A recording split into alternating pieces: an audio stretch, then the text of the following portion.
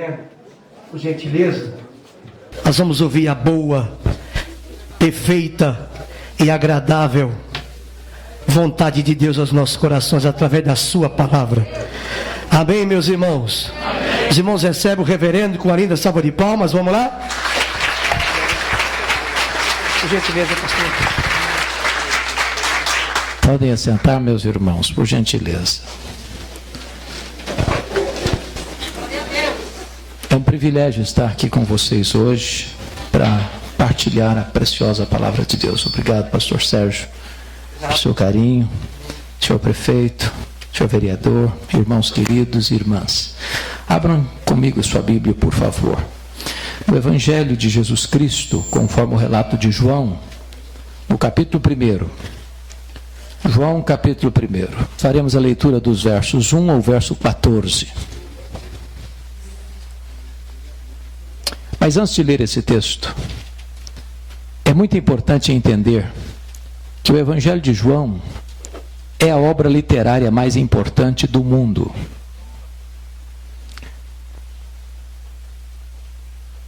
Este livro é único na história do que tange a publicação. É o livro mais vertido para outros idiomas de toda a literatura mundial. Esse livro já foi vertido e publicado de tal forma que já tem mais de 4 bilhões de exemplares distribuídos no mundo. Nada é parecido com isso. O Evangelho de João foi escrito no final do 1º século, quando os outros evangelhos já circulavam na igreja cristã há mais de 20 anos. O Evangelho de João foi escrito quando os demais apóstolos, todos já estavam mortos, e mortos pelo viés do martírio. O Evangelho de João foi escrito para combater uma heresia terrível que surge no final do 1º século e quase devasta a igreja até o 3º século, chamada de gnosticismo, que era uma espécie de concubinato entre a fé judaica e a filosofia grega. Acho que vocês sabem que os gregos acreditavam na imortalidade da alma, mas os gregos não acreditavam na ressurreição do corpo, por causa do chamado dualismo grego. Para eles, a matéria era essencialmente má e o espírito era essencialmente bom. Por causa disso, os gregos não acreditavam em 3 doutrinas essenciais do cristianismo: a criação, a encarnação e a ressurreição. Então, no final do 1º século, já se começava a negar a divindade de Cristo, porque na cabeça dos gregos era assim: se Jesus tinha um corpo físico, e ele tinha, e se para eles a matéria era essencialmente má, então ele não podia ser essencialmente bom. Se ele não podia ser essencialmente bom, ele não podia ser Deus. Logo começavam a negar a divindade de Cristo. Então João escreve este evangelho, e ele diz isso no capítulo 20, 31, que ele escreveu este evangelho com um propósito: defender uma tese. Qual tese? É que Jesus Cristo é verdadeiramente Deus, sem deixar de ser verdadeiramente homem. Ele não deixou de ser Deus ao se encarnar, e ele não deixou de ser homem ao retornar para o céu como Deus. Então é com este pano de fundo que eu preciso que você acompanhe comigo a leitura desse texto. É como se João estivesse abrindo as cortinas da história, acendendo as luzes no palco da história e revelando para nós o nosso glorioso Redentor. E ele nos apresenta Jesus assim: no princípio era o Verbo, e o Verbo estava com Deus, e o Verbo era Deus. Ele estava no princípio com Deus. Todas as coisas foram feitas por intermédio dele, e sem ele nada do que foi feito se fez. A vida estava nele, e a vida era a luz dos homens. A luz resplandece nas trevas, e as trevas não prevaleceram contra ela. Houve um homem enviado por Deus, cujo nome era João. Este veio como testemunha para testificar a respeito da luz. Ele não era luz, mas veio para testificar da luz, a saber, a verdadeira luz que vinda ao mundo ilumina a todo homem. O Verbo estava no mundo. O mundo foi feito por intermédio dele, mas o mundo não o conheceu. Veio para o que era seu, mas os seus não o receberam. Mas a todos quantos o receberam, deu-lhes o poder de serem feitos filhos de Deus, a saber, aos que creem no seu nome, os quais não nasceram do sangue, nem da vontade da carne, nem da vontade do homem, mas de Deus. E o Verbo se fez carne e habitou entre nós, cheio de graça e de verdade. E vimos a sua glória, glória como do unigênito do Pai. Amém. Quando João abre as cortinas da eternidade, ele quase nos tira o fôlego. Lá, já no início da sua fala, quando ele diz assim: no princípio era o Verbo. Vocês que devem ter uma noção da língua portuguesa até melhor do que a minha, percebem aí que o verbo ser não está no pretérito perfeito. Ele não diz no princípio foi o verbo, mas está no pretérito imperfeito. No princípio era o verbo. Isso significa que quando tudo teve um princípio, está escrito em Gênesis 1:1, que no princípio criou Deus os céus e a terra, o verbo já existia. Portanto, o verbo preexiste ao começo, ao início, ao princípio. Se ele preexiste ao princípio, logo ele é eterno. E eternidade é um atributo exclusivo de Deus. Eu li um livro em 1978, difícil de ler, necessário de ser lido, As Categorias de Aristóteles. E o pensador grego dizia o seguinte: nós só conhecemos as coisas dentro de categorias humanas, de tempo, de espaço, de tamanho. Eu entendo um pouquinho de tempo, eternidade eu não entendo. Eu explico. Se eu perguntar para você, se você tirar um dia de 1 milhão de anos, você não tem mais 1 milhão de anos, certo? Óbvio, claro. Mas se eu perguntar para você, se você tirar 1 milhão de anos da eternidade, quanto lhe resta? A eternidade. E se eu tirar 1 bilhão de anos da eternidade, quanto sobra? A eternidade. Logo, a eternidade não é tempo. Logo, você e eu não entendemos bem o que é eternidade. Sabe por quê? Porque só Deus é eterno, e esse é um atributo exclusivo de Deus. Pois o verbo é eterno. No princípio era o verbo. E ele dizia, e o verbo estava com Deus. Ora, se Deus é uma pessoa e Deus é, e se o verbo estava com Deus, e essa palavra na língua grega significa face a face com Deus, logo o verbo não é um ser impessoal como pensavam os gregos, mas um ser pessoal, da mesma essência, da mesma substância de Deus. Nas palavras do credo niceno, ele é Deus de Deus, luz de luz, coigual, coeterno e consubstancial com o Pai. E João termina dizendo o seguinte: o verbo era Deus. Não um ser inferior a Deus, como pensara Ário de Alexandria.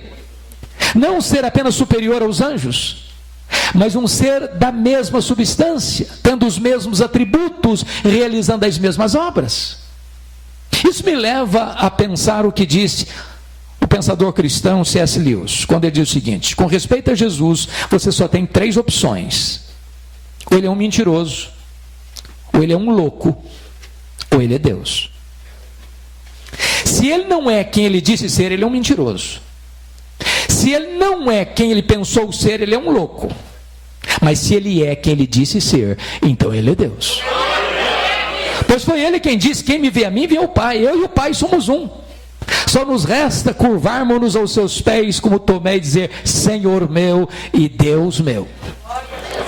Então João já começa dizendo que o verbo é eterno, que o verbo é pessoal e que o verbo é divino. E ele diz no verso 2: o verbo estava com Deus. No princípio ele estava com Deus. Mas que princípio? No princípio criou Deus os céus e a terra.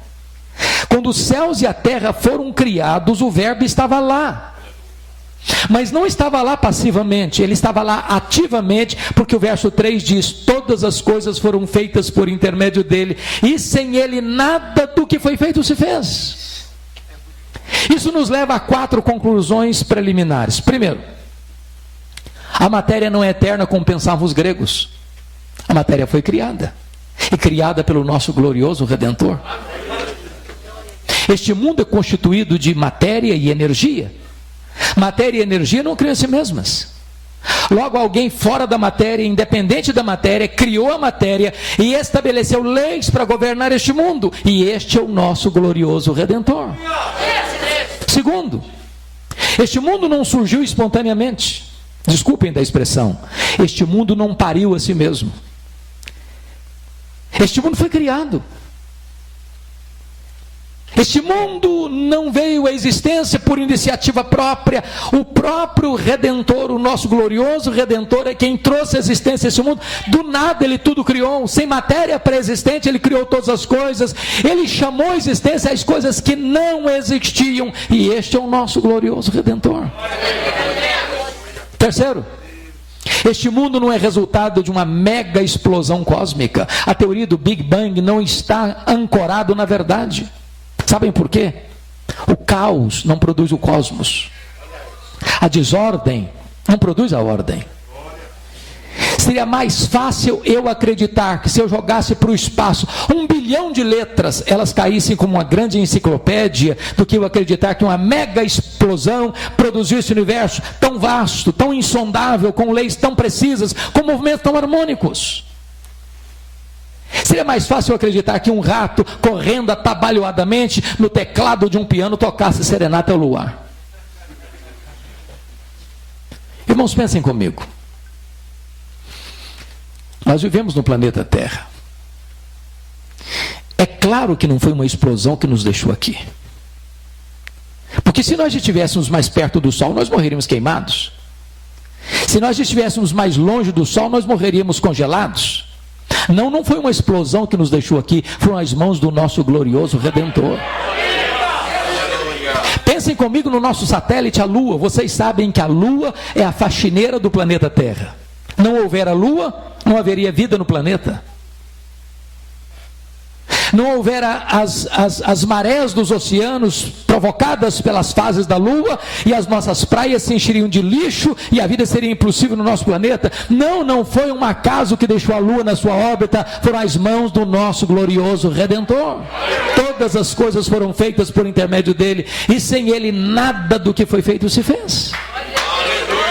Quarto lugar, quarta conclusão preliminar: este mundo não é resultado de uma evolução de milhões e milhões de anos. Vocês bem sabem que em 1859, exatamente há 161 anos, Charles Darwin publicava o seu livro A Origem das Espécies em Londres, na Inglaterra. No dia da publicação, esgota-se a primeira edição. Esse livro tem mais de 800 verbos no futuro do subjuntivo. Suponhamos, suponhamos, suponhamos, suponhamos. Mas de lá para cá, a chamada teoria da evolução tem sido ensinada em escolas desde a fase mais inicial até um pós-doutorado, como se fosse uma verdade científica. Falta-lhe, entretanto, a evidência das provas. Que o mundo foi criado, a ciência prova. O que nós cremos pela fé é que este mundo que foi criado pelo nosso glorioso Redentor. É muito importante nós sabermos quão grande é o nosso glorioso Redentor. Quando eu vou para Isaías 40, ele está falando do Messias, no Isaías 40. Ele diz que este é aquele que mediu as águas na concha da sua mão. Pense comigo no Pacífico, no Atlântico, no Índico, no Mediterrâneo, nos mares, nos rios. Pois ele mediu as águas na concha da sua mão. Vá aqui no Atlântico um dia com um baldinho, tente esvaziá-lo. Veja quanto tempo você vai levar. Ele é aquele que pesa o pó das montanhas em balança de precisão, como se estivesse medindo partículas de ouro. Este é aquele que mede os céus a palmos. Este é aquele que espalha as estrelas no firmamento, e quando as chama pelo nome, nenhuma delas vem a faltar, pois este é o seu glorioso Redentor. Agora pergunte a um astrônomo, por mais robusto que seja o seu conhecimento, por mais peregrina que seja a sua inteligência, qual é o tamanho do universo que ele mediu a palmos? Pergunte. Sabe qual é a resposta dele? Se ele for honesto: eu não sei. Mas quando ele diz eu não sei, ele não está confessando uma ignorância absoluta, não. Ele está dizendo que nenhum homem é capaz de afirmar categórica e insofismavelmente qual é o exato tamanho do universo. O que os cientistas já sabem e afirmam é que o nosso universo tem mais de 93 bilhões bilhões de anos-luz de diâmetro. O que significa isso? Significa que se você voar à velocidade da luz, 300 mil quilômetros por segundo, nessa velocidade, você demoraria mais de 93 bilhões de anos para ir de uma extremidade à outra do universo. Pois o nosso glorioso Redentor criou tudo isso, é maior do que tudo isso, não há um centímetro desse universo onde eu não possa dizer: isso aqui é meu, eu criei isso aqui, sou dono disso aqui e sou Senhor sobre isso aqui, pois este é o seu glorioso Redentor. Pergunte a um astrônomo quantas estrelas existem. Sabe qual é a resposta dele? Eu não sei. O que eles já sabem e afirmam é que há mais estrelas no firmamento do que todos os grãos de areia de todas as praias e desertos do nosso planeta. Vá um dia à praia, encha a concha da sua mão de areia, leve para casa, bote numa tábua de vidro e conte quantos grãos de areia você consegue botar na concha da sua mão. Pois há mais estrelas no firmamento que todos os grãos de areia de todas as praias e desertos do nosso planeta. Mas preste bem atenção, ele não apenas criou todas elas, ele batizou cada uma delas pelo nome. E por ser forte em força e grande em poder, quando a chama pelo nome, nenhuma delas vem a faltar, pois este é o nosso glorioso Redentor. Mas agora nós não estamos mais pasmos com o macro-universo. Do século XX para cá, nós estamos espantados com o micro-universo. Com o micro-universo. Eu não vou arrancá-la. Mas se fosse uma folha que cresce, eu diria para você que se eu arrancasse uma folha é tão complexa, senhor prefeito, como a cidade de Guarulhos. Uma folha que você colhe no seu quintal.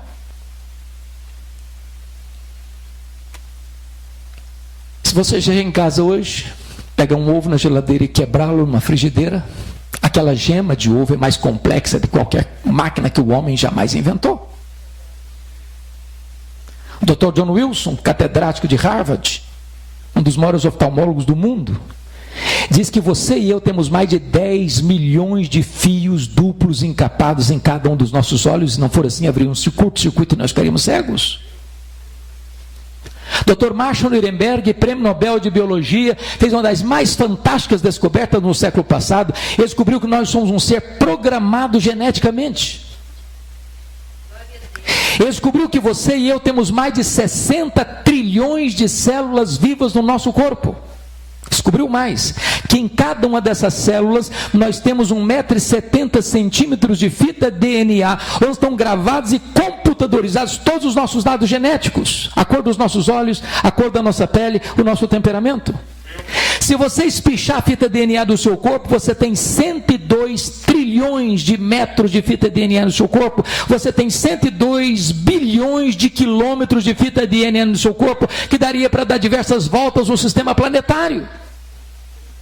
O Dr. Lowe vai afirmar mais tarde que códigos de vida não se originam espontaneamente, códigos de vida não se originam de uma explosão cósmica, códigos de vida não se originam de uma evolução de milhões e milhões de anos, códigos de vida foram plantados em você pelo Deus Todo-Poderoso, Criador dos céus e da terra, e este é o nosso glorioso Redentor. Todas as coisas foram feitas por intermédio dele, e sem ele nada do que foi feito se fez.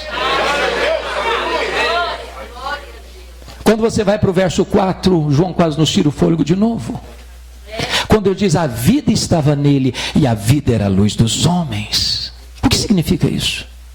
Significa que tudo que existe, existe porque recebeu vida dele. Ele, Deus, é o único ser autoexistente. Alguém pergunta: mas quem criou Deus? Resposta: ninguém, ele não foi criado, ele é o Criador. Alguém pergunta: mas quando ele passou a existir? Não passou a existir, ele é eterno. Anjos, homens, animais, o universo, enfim, só tem vida porque recebeu vida dele. Então, se você está aqui hoje, saiba disso, você está aqui porque ele deu vida a você. Paulo prega pega na capital intelectual do mundo, a cidade de Atenas, e diz: nele vivemos, nos movemos e existimos. É Ele quem nos dá a vida, a respiração e tudo mais. Bom, se Jesus é tudo isso mesmo, e Ele é, então você e eu não podemos ficar neutros em relação a Ele. Hoje você precisa tomar uma decisão em relação a Ele. Valho-me do livro A Ética da Decisão, quando o autor disse o seguinte: você é como um cidadão dentro de uma canoa, rio abaixo, à beira de um abismo. Numa situação semelhante, você só não pode fazer uma coisa: ficar sem tomar uma decisão. Você é escravo da sua liberdade. Você tem que decidir. Você pode pular da canoa e nadar até a margem. Você pode remar e ancorar a canoa num lugar seguro. Ou você pode ficar dentro da canoa pensando que não tem abismo e se arrebentar quando a canoa cair lá embaixo. Só uma coisa você não pode deixar de fazer: é tomar uma decisão. Talvez você veja aqui e diga o seguinte: bom, eu estou aqui, mas eu não quero tomar decisão nenhuma. Bom, você pode dizer: eu estou indeciso. Mas eu quero dizer para você que a indecisão é uma decisão. A indecisão é a decisão de não decidir. E com respeito a Jesus, ele diz: quem não é por mim, é contra mim. Quem comigo não ajunta, espalha. É por isso que a partir de agora, do verso 6, o texto vai nos apresentar 3 reações a Jesus. A primeira dela, dos versos 6 a 9, a reação ou a decisão de João Batista, que resolveu dar a ele toda a glória. Pense comigo em João Batista, o precursor. Ele está pregando no deserto da Judeia. As multidões fluem das vilas, das aldeias, das cidades para o deserto para ouvi-lo. Lá estão os fariseus, lá estão os saduceus, lá estão os soldados, lá estão os coletores de impostos, e a multidão está chegando e ele está pregando batismo de arrependimento para remissão de pecados. Quando de repente, do meio da multidão, surge um bochicho, com voz aveludada, tentadora, sedutora, que vai beijar os ouvidos de João Batista com uma pergunta muito perigosa. E a pergunta foi esta: porventura, tu não és o Cristo? Olha o perigo aí. Ou a tentativa de colocar um homem no pedestal aí. Ou a tentativa de exaltar um homem aí. Pensem comigo, se João Batista tivesse engolido essa isca venenosa, ele podia ter pensado: bom, na verdade, se eu me declarar Messias, o povo já tem do meu lado. Olha essa multidão toda aí. Ele poderia pensar: eu sou um sucesso, eu sou um fenômeno. Mas ele não engoliu a isca. Ele respondeu categoricamente: eu não sou o Messias. Eu não sou o verbo, eu sou apenas uma voz que clama no deserto. Eu não sou a luz, eu vim para testificar da luz, a saber, a verdadeira luz que vinda ao mundo ilumina todo homem. Eu não sou o noivo, eu sou apenas um amigo do noivo. Eu batizo com água, mas aquele que vem depois de mim é mais poderoso do que eu, e ele vos batizará com o Espírito Santo e com fogo. Eu tenho o lema de vida, eu aponto para ele e digo: eis o Cordeiro de Deus que tira o pecado do mundo. Convém que ele cresça e que eu diminua. Eu não sou nem digno de curvar-me, desatar as correias das suas sandálias. O que João está nos mostrando é o seguinte: toda a glória só pertence a Jesus, e ele não divide a sua glória com ninguém. Mas em seguida, você tem a segunda decisão. Versos 10 e 11. A rejeição do Messias. Olha o que está escrito: o verbo estava no mundo, o mundo foi feito por intermédio dele, mas o mundo não o conheceu. Sabe o que me encanta na Bíblia? Num único versículo, a palavra mundo aparece 3 vezes. E no grego é a mesma palavra: cosmos, cosmos, cosmos. Mas cada vez tem um significado diferente. O verbo estava no mundo. Que mundo? Mundo geográfico. O mundo foi feito por intermédio dele. Que mundo? Mundo físico, material. O mundo não conheceu. Que mundo? Mundo das pessoas. Por isso ele explica no verso 11: veio para o que era seu, e os seus não receberem. Quem são os seus aí? Os judeus. seu povo. Mas por que os judeus não o receberam? Por falta de luz? Não, por falta de olhos. Por falta de evidências? Não, por falta de fé. Todo o Velho Testamento apontava para Jesus. Desde João 3,15, de Gênesis 3,15, da semente da mulher nascerá aquele que esmagará a cabeça da serpente. Os patriarcas falaram dele, os profetas apontaram para ele, o cordeiro da Páscoa era um símbolo dele, o santuário era um símbolo dele, a arca da aliança era um símbolo dele, o que estava dentro da arca era um símbolo dele, o sábado era um símbolo dele, as festas de Israel eram um símbolo dele, tudo apontava para ele, tudo era sombra, ele é a realidade. Por isso, na plenitude dos tempos, ele veio ao mundo, nasceu de mulher, nasceu sob a lei, para ser o nosso Redentor, ele se encarnou, mas os seus não o receberam, eles viram os seus milagres, eles ouviram as suas mensagens, eles notaram que ele tinha o poder de Deus na sua vida, mas eles o rejeitaram. Eu levo caravana todo ano a Israel.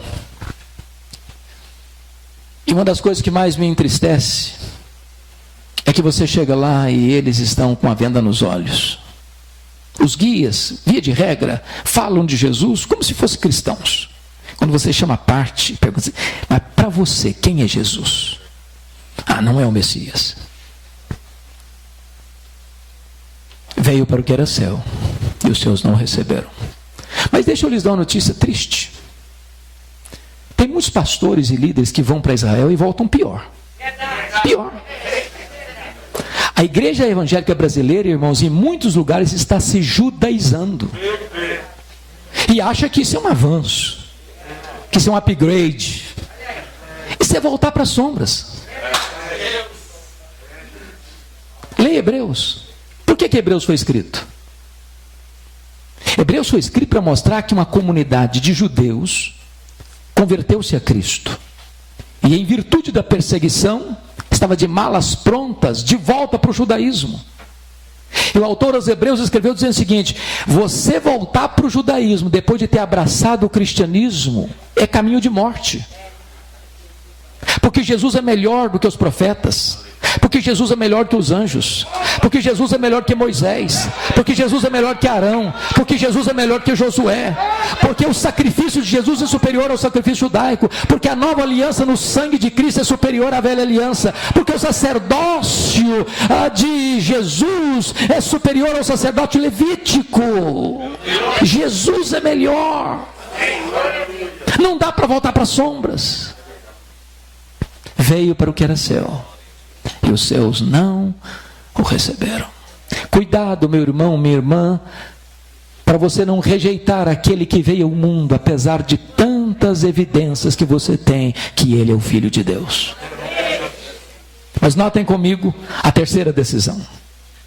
Versículos 12 e 13. A aceitação do verbo. Aqui no verso 12 está a conjunção adversativa mais importante deste evangelho. Mas, preste atenção no mais. Ao ler a sua Bíblia, muita atenção para mais, porém, entretanto, todavia, entrementes, porque está contrastando o que disse antes com o que vai dizer agora.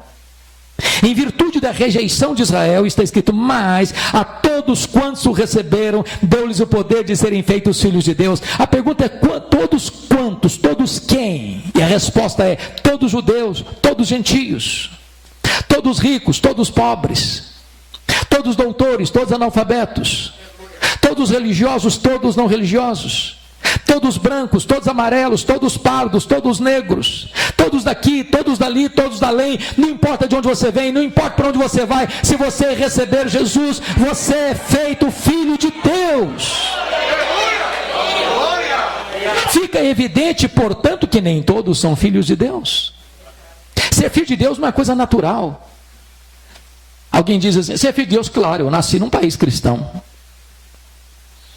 Ser filho de Deus, claro, eu tenho pais cristãos. Ser filho de Deus, é claro, eu frequento uma igreja cristã. Outro diz: ser filho de Deus, claro, eu sou filho do pastor da igreja. A minha mãe até dirige o círculo de oração da igreja. Ter um pai pastor deve ser bom, né? Ter uma mãe de oração, com certeza. Mas isso não faz de você filho de Deus. Ser filho de Deus, claro, eu sou um calvinista. Não, eu sou filho de Deus, sou um arminiano. Ser calvinista ou ser arminiano pode ser coisa boa para você, mas isso não faz de você um filho de Deus, não. Você é filho de Deus, claro, sou Assembleia de Deus, desde que eu nasci, é uma bênção ser Assembleia de Deus, mas isso não faz de você filho de Deus, não. Para ser filho de Deus, você tem que nascer de novo. Se alguém não nascer de novo, não pode vir o reino de Deus. Se alguém não nascer da água e do Espírito, não pode entrar no reino de Deus. Ser filho de Deus é a coisa mais revolucionária que pode acontecer na sua vida. É você ser arrancado da potestade de Satanás para Deus. É você ser tirado do império das trevas para o reino da luz. É você sair dali da escravidão para a liberdade, das trevas para a luz, da morte para a vida. Agora, nós não podemos ficar confusos sobre o que é ser filho de Deus, por isso João explica no versículo 13. Primeiro, os quais não nasceram do sangue, nem da vontade da carne, nem da vontade do homem, mas de Deus. O que significa isso? Primeiro, os quais não nasceram do sangue, significa que ser filho de Deus não é hereditário. Tem um ditado popular que diz assim: filho de peixe, peixinho é. Mas não é verdade que ser filho de crente, crentinho é. Ninguém entra no céu por procuração. Ninguém entra no céu por atacado. Ninguém entra de carona no céu. Para você entrar no céu, você precisa nascer não do sangue, mas do Espírito. Nascer de novo. Segundo, os quais não nasceram do sangue, nem da vontade, preste bem atenção, nem da vontade da carne. O que significa isso? Significa que ninguém pode se autoproclamar filho de Deus. Pense comigo na seguinte cena: feriado. Paulistano gosta de sair, né? Para praia, para montanha, para qualquer lugar. Aí você chega naquele dia gostoso, num ambiente gostoso, aquela relva verde, farfalhante, o arvoredo, com as suas cabeleiras esvoaçando-se pelo vento, os pássaros cantando, as flores mimosas, as borboletas voando, e você deitado numa rede, num lugar bem gostoso, e você começa a pensar, falei, que coisa linda, que coisa maravilhosa. Você quer saber de uma coisa? A partir de hoje eu me faço filho de Deus. Bonito, não? Mas impossível. Impossível. Só o próprio Deus pode fazer de você seu filho. Não é se você é bonito ou feio, se você é grande ou pequeno, se você é rico ou pobre, se você mora numa casa pequena ou numa mansão. A única condição para você ser filho de Deus é receber Jesus Cristo como seu Salvador. Agora ele termina dizendo o seguinte: os quais não nasceram da vontade nem da vontade do homem. A ideia aqui é a seguinte: nenhum ser humano tem competência para dizer para você, seja filho de Deus. Nem Paulo, nem Pedro, nem Maria, nem o pastor, nem o bispo, nem o sacerdote, nem a igreja, nenhum concílio eclesiástico tem poder de dizer assim, seja filho de Deus. Impossível, impossível. A salvação não está na mão da igreja, a salvação pertence ao Senhor. Só Ele pode dar, e Ele só dá, e dá a todos quantos receberam o seu Filho Jesus Cristo como Salvador e Senhor. Agora João vai nos levar para o versículo 14, para fechar essa questão. Vai nos trazer um mistério sublime. E diz assim: o verbo se fez carne e habitou entre nós, cheio de graça e de verdade. Mas eu tenho que fazer uma pergunta: que verbo se fez carne? E a resposta é: o verbo eterno, pessoal, divino, autoexistente, criador, doador da vida, aquele que é a luz do mundo, que vindo ao mundo ilumina todo homem, aquele que é Deus, autoexistente, infinito, imenso, eterno, imutável, onipotente, onipresente, onisciente, transcendente, soberano, que nem os céus dos céus pode contê-lo. O apóstolo Paulo em Filipenses chega a dizer que ele a si mesmo se esvaziou. Ele não foi esvaziado, ele se esvaziou. e nem os céus dos céus pode contê-lo. E então, mais do que 93 bilhões de anos-luz, ele é maior que tudo isso, e ele vai se esvaziando, e vai se esvaziando, e vai se esvaziando, e vai se esvaziando, e vai se esvaziando, a ponto de se transformar um zigoto, um embrião, um feto, um bebê que nasce de uma virgem deitado numa manjedoura. Vocês já imaginaram que mistério é esse? Atanásio, que foi o campeão do primeiro concílio geral da igreja em Nicéia em 325, escreveu uma obra sobre encarnação e diz que a encarnação é o maior mistério do cristianismo. O verbo se fez carne, mas não para habitar longe de nós, não, para habitar entre nós.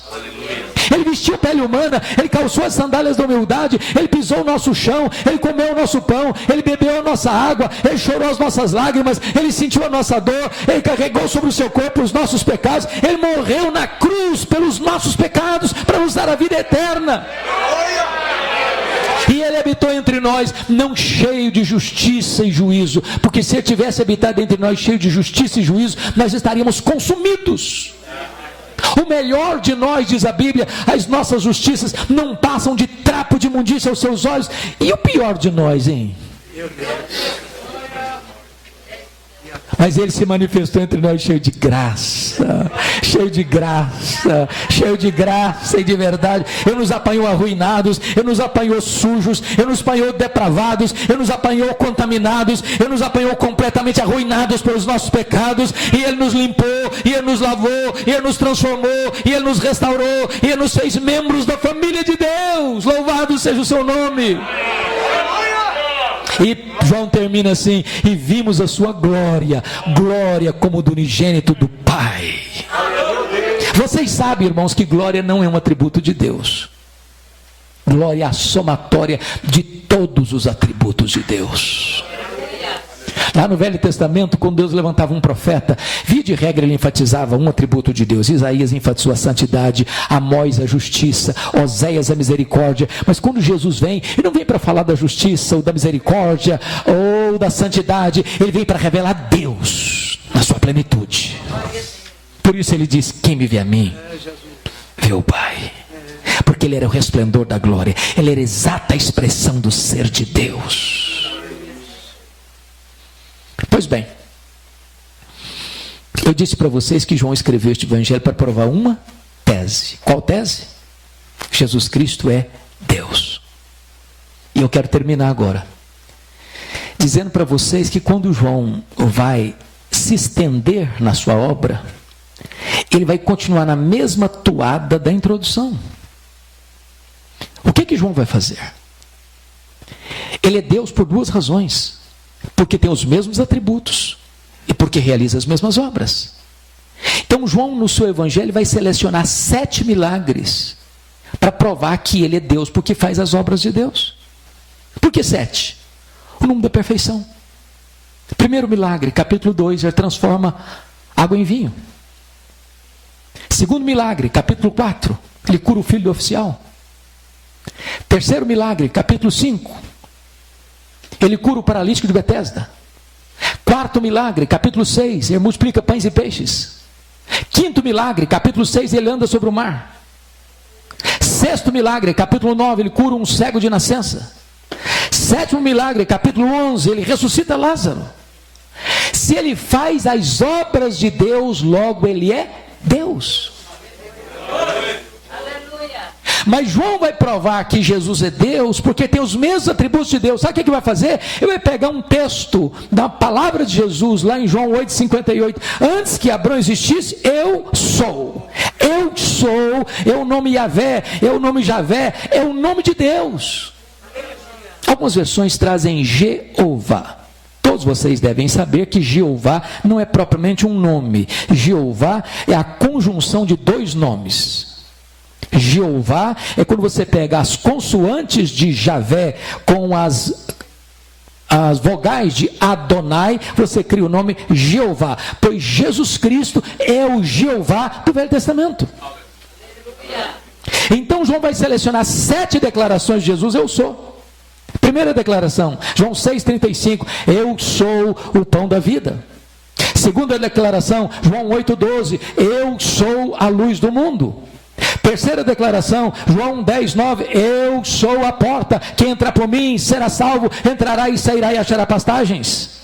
Quarta declaração, João 10,11, eu sou o bom pastor dá a vida pelas suas ovelhas. Quinta declaração, João 11,25, eu sou a ressurreição e a vida. Sexta declaração, João 14,6, eu sou o caminho e a verdade e a vida, e ninguém vem ao Pai senão por mim. Sétima declaração, João 15,1, eu sou a videira verdadeira e o meu Pai é o agricultor. Se ele tem os mesmos atributos de Deus, logo ele é Deus.